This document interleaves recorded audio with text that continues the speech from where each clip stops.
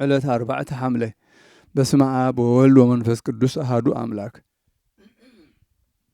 ዕለት 4 ሐምሌ በዛ ዕለት እዚኣ ንቅዱሳን ክቡራን አቡቂርን ዮሐንስን በዓል ምግዓት ስጋኦም እያ።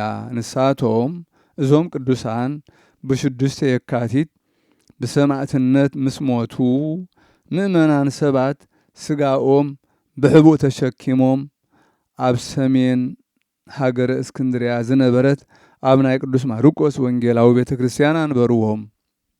ኣብኡ ክሳብ ቅዱስ ቄርሎስ ናይ እስክንድርያ ሊቀ ጳጳሳት ዝሽየም ተቐሚጦም ነበሩ።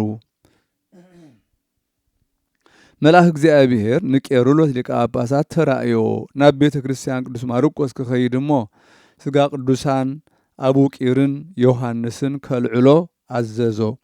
እሱ ከዓ ምስ ብዙሓት ህዝቢ ኸደ። ምድሪ ኳዓቱ ስጋ ቅዱሳን ዘለዎ ሳንዱቕ ድማ ተገልጸሎም ብዓብዪ ክብሪ ተሸኪሞም ኣብ ገምገም ባሕሪ ዘላ ካልኣይቲ ናይ ቅዱስ ማርቆስ ቤተ ክርስቲያን ኣብፂሖም ኣብኣ አንበርዎም። ኣብኡ ቤተ ክርስቲያን ሃነጹሎም። በዛ ዕለት እዚኣ ከዓ ዓብዪ በዓል ገበሩሎም። ኣብኡ ብዙሓት አረማውያን ይእከቡ ነበሩ። ካብ ሬሳ ናይዞም ቅዱሳን ዓበይቲ ተኣምራትን መንክራትን ዝርአ ምስ ረአዩ ጣዖቶም ሓዲጎም ክርስቲያን ኮኑ። እታ ቤት ጣዖት ዝነበረት ከዓ ኣብ ልዕሊኣ ዓብዪ ኹርባ ክሳብ ዝኸውን ብዙሕ ዕፃ ተኾመረ። ካብ ስጋ ዞም ቅዱሳን ከዓ ዓብዪ ተኣምርን መንክርን ንሕሙማት ፈውስን ይርአ ነበረ። እግዚአብሔር ብጸሎቶም ይምሓረና ንዘለዓለም ዓለም አሜን። ሰላም ሰላም ለዮሐንስ ወአቡቂር እንተነበሩ ህቡአ በእለ እስክንድርያ ሃገር ከመ አስተርአዮ መልአክ ለቄሩሎስ ማር ዮም አፍለሶሙ በእበይ ወክብር ሀበ ቤተ ማርቆስ ዝሃሎ በጽንፋለ ባሕር።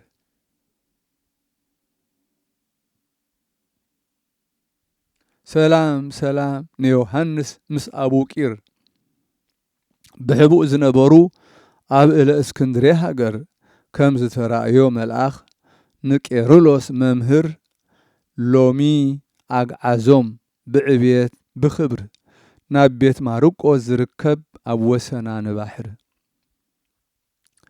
በዛ ዕለት እዚኣ ሶፎንያስ ወዲ ኩሲ ወዲ ጎዶልያስ ወዲ አማርያ አዕረፈ። ንሱ ብዘበን ኢዮስያስ ወዲ አሞጽ ንጉሥ ይሁዳ ተነበየ። ብዛዕባ ምርኮ እስራኤል ድማ ተነበየ።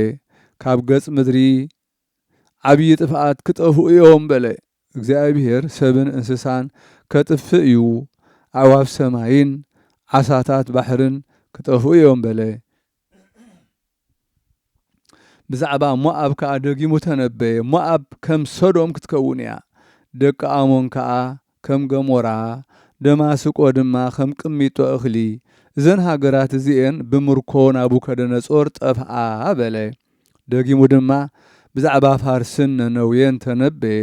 ንፋርስ ከጥፍኦም እየ፣ ንነነውየ ከዓ ከምቲ ማይ ዘይብሉ ምድረ በዳ ዑና ክገብራ እየ።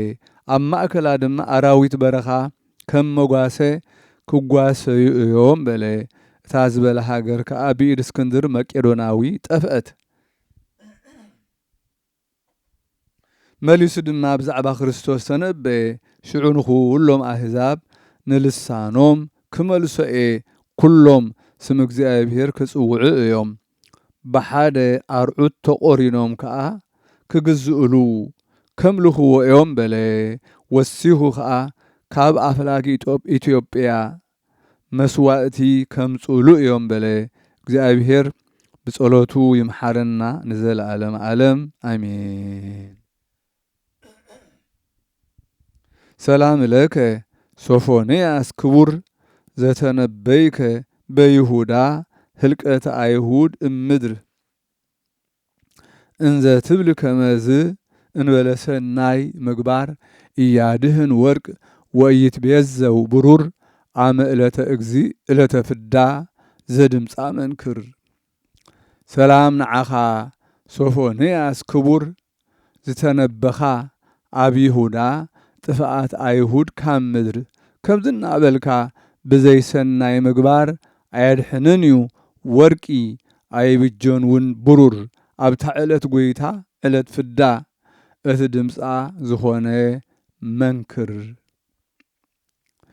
በዛ ዕለት እዚኣ ን12 ደቂቀ ነቢያት ንኡሳን መዘከርታኦም ይግበር እዩ ንሳቶም ብዛዕባ ክርስቶስ ትንቢት ዘውሓዙ እዮም ከምኡ ድማ ሲራኮስን ቢማን ዝከሩሉ ዕለት እዩ በረኸቶም ምሳና ይኹን ዘለዓለም ዓለም ኣሜን ሰላም ለክሙ ነቢያተ እስራኤል ኩሉ ዘርኢክሙ ገሃደ ምስጢረ ዝሃሎ ወይ ሄሉ በእንተ ክርስቶስ እግዚእ ወበእንተ ቅዱስ ወንጌሉ ይወፅእ ሕግ እምጽዮን ትብሉ ወእምኢየሩሳሌም ካዕበ ለአምላክ ቃሉ